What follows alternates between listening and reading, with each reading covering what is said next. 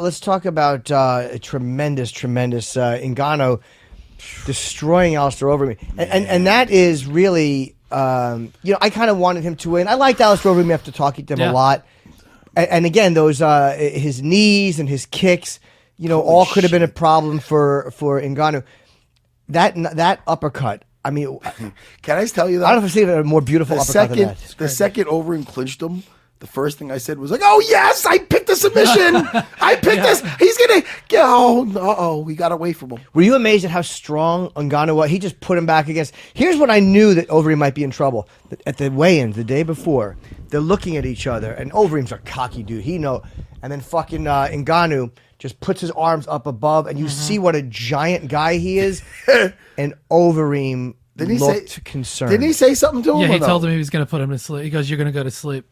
Who said that? Ngannou. Francis said that. And it looked to me like Overeem was concerned. He didn't look. He looked like. And you're talking about 85 fights to 8 or 10 or whatever. Big Yeah, I think that's guy. his 11th fight. But I think he sensed it, like when he put his arms above him, like a grizzly. I think he sensed like this is a much bigger guy than I am. With 3 inches of reach, which makes a big difference in the heavyweight division. When he had him against the cage, when Ngannou pushed Alistair up against the cage, you can see like, oh no, like Ngannou is much bigger, and Overeem's a giant, and he's he looks the way he took him significantly. He had to cut weight to get down to 265. Was it 264 or something? When he went in at 262, but yeah, he cut. And Overeem was 247. Yeah. I mean, that's a big difference, man. 15 pounds. No, he's a big boy. I like his whole story, man. I love his story. I mean, look, does he fight Miocic yet? I don't know if the belt is next.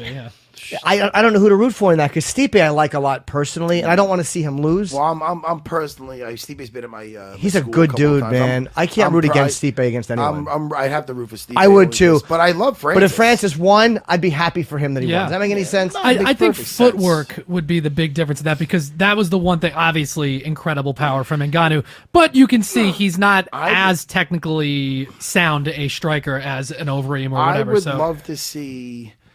I would love to see Francis versus Verdum. I would love that, and I'd love to see him versus Cain Velasquez. I was thinking that because too. Could he stop Cain being relentless with those shots, and could Cain get him down? Cain is relentless with that. Remember, don't judge. We can't judge him on that. No, of course not. That one performance. Dos Anjos, I mean, against June Dos Santos. When he got knocked out, you mean? No, the last one was against Verdum. I thought he was talking about getting knocked out. I was talking about the Verdum one. Oh, okay, in Mexico, yeah. He got tired, but usually he doesn't get tired. He never gets tired. And he's relentless. And, could Francis keep him away? I love saying Francis. Well, the weird thing about that, it's a good question, is with Verdum, I mean, Verdum has been knocked out by Miocic. He's lost fights. Cain... Again, JDS put him to sleep with a fucking shot to the head. So could he take one of Francis's shots? I don't know. Very few guys seem like they can really take. Like he rocks you, right? And we've never seen Francis's chin tested either. That's true. Which you got to imagine. Stipe would test that better than anybody. That would imagine that. That'd be fucking rough. I think that might be the fight. That's got to be the next fight. And not to mention, Stipe also has some wrestling. And yes, he does. He's good, man. I seen him rolling, man, at my place, dude. He's not just a striker, that's for sure. Yeah, you can't underestimate him. And again, he has amazing hands. That would be a phenomenal. That would be a monster movie, man. But Ngannou knocked him out. Like his head snapped back. Oh no, that was and he was out before he hit the floor. I didn't like that Ngannou went down and hit him again. I mean, I know in battle, like because he was flat. I think he. You watch that, he knew he was out. Nah, I'm telling you, Jimmy. I mean, I remember when they broke me up with Frank Trigg. I was teeing off on his. He knocked down. I was going. You want it to end.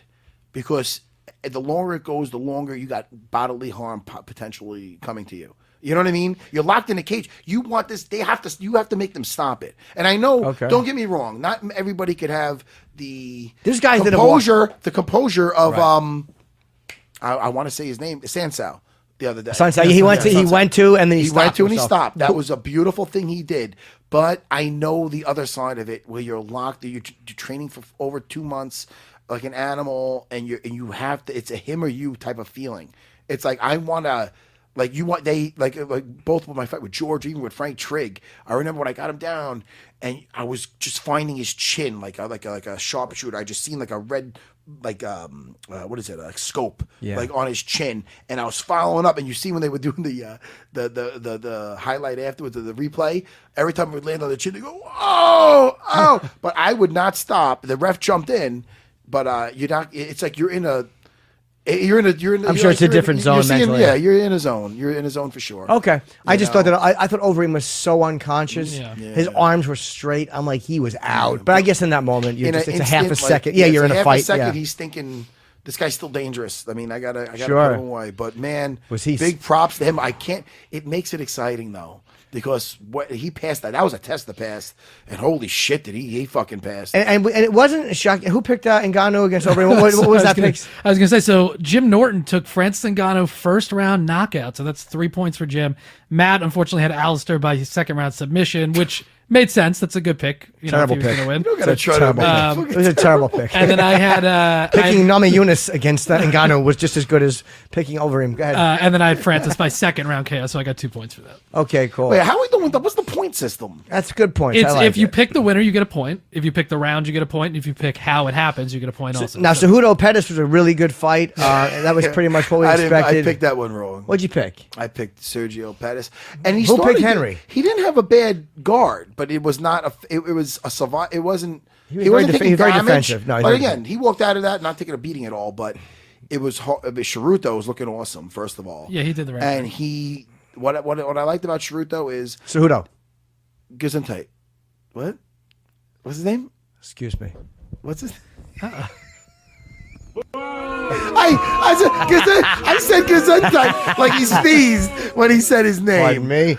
But Yeah, Henry Cejudo was yeah. Henry Ceruto. Yeah. What did I Cejudo. No, Cejudo. Let's call the whole thing off. Ceruto, Ceruto, Ceruto, Ceruto. Let's call the whole thing off. Yeah. Go ahead. Say his name again. Henry Cejudo. Ceruto. Who There you picked go. Henry? So it's funny because you always say you don't pick very just well, but you just happen to be pretty perfect this one. You had Henry Cejudo by a decision, so Good. you got 3 That's points what for I that. saw. Matt had Sergio Pettis TKO in the third round. Okay, so no Matt points. loses 5 points. I didn't realize that Pettis would be in such a kind of a defensive thing, but it was still I saw that going all the way. Thanks. Thanks, Serge. I'm only kidding, dude. Hey, listen, why am I? The guy lost the fight. I shouldn't be. Listen, he's with the great Duke Rufus, and he's a young kid, so he'll go back to the drawing board, and I'm sure he'll make some corrections. He's got a bright future in front of him. Sure. But What's he? 15? Henry. Cejudo. Henry. Great job. Cejudo. Yeah, Olympic wrestler. 15 and 3? Yeah. Or 16 and 3? He's looking great, man. Sergio is 16 and 3. Oh, and what I did like, well, I don't know if I finished what I was saying. What I did like when he got those takedowns in, but when they got back up to the feet, he gave. It's not like Sergio could be like, all right, now I just got to worry about that sprawl. He gave himself the respect. Yeah. So he's going at him and stepping in violently, putting stuff in his face, and just. I don't know why Sergio tried to take him down at the very end. What the hell is that going to do? Maybe he figured he could steal Well, some points. they or said he something. needed some desperation, and he wasn't showing the proper amount of desperation. Right. The interesting thing I'd be interested to talk to Henry about if we had him on. He didn't have striking. He grew up a wrestler and he was an Olympic wrestler, and now he has kind of that karate stance. And he's Very been traveling Lyoto around. Machida, yeah. It's very interesting that's like what he Sure. chose to go with. You know what I mean? Out of all the options he could striking wise. Well, it's working for him, man. Oh, for sure. It's getting better with each fight. His striking. And Dana did say TJ versus TJ is going to happen. Huh? Yeah, Dana DJ, was asked. TJ, he said yes. That fight's happening. Nothing official, but yes. Yeah, Dana and said. Tisha Torres against Michelle Waterson. Again, it seemed like both of them were a little hesitant. At the end, they do that whole thing where they gave each other the fingers. It was almost like the Lamas Holloway thing where they kind of called each other out. Well, that was the Felice Herrig. think- sorry, Casey man. fight. Sorry. Yeah. And that was the fight I'm thinking of. And they weren't. Get your shit together. Yeah, Get man, your say- shit together. I was going to say Get they were your both. shit- I'm they were- sorry. He's Jimmy. upset about the picks. I'm sorry. Yeah, no, I know he is. I just made a I'm mistake bitter now. because I didn't like it because neither one of them did anything else. They kind of just Right. went back into what they had been doing, Which was one are we talking about? That was Which fight? Felice Herrig, Courtney Casey. Yes, I mean, All right. I had to look. I had to watch these spread out on my phone Yeah. before I walked on stage, and then watch the rest when I get home, and then watch some on Fight Pass. So I Yeah, mixed. yeah. I was all over the place. But we have to give. Who I picked don't, that, I don't want to jump all over the place. I Who really picked don't. Torres Waterston? I know we got that one wrong. Great pick. And it's, you know what, as they were walking out, I was like, fuck, I should have taken Tisha Torres. But Tisha Torres, Jim had submission in the second round. Obviously went to a decision, but yeah. he still gets the point. Sure. And me and Matt both had Michelle Waterson. And that Cool. didn't work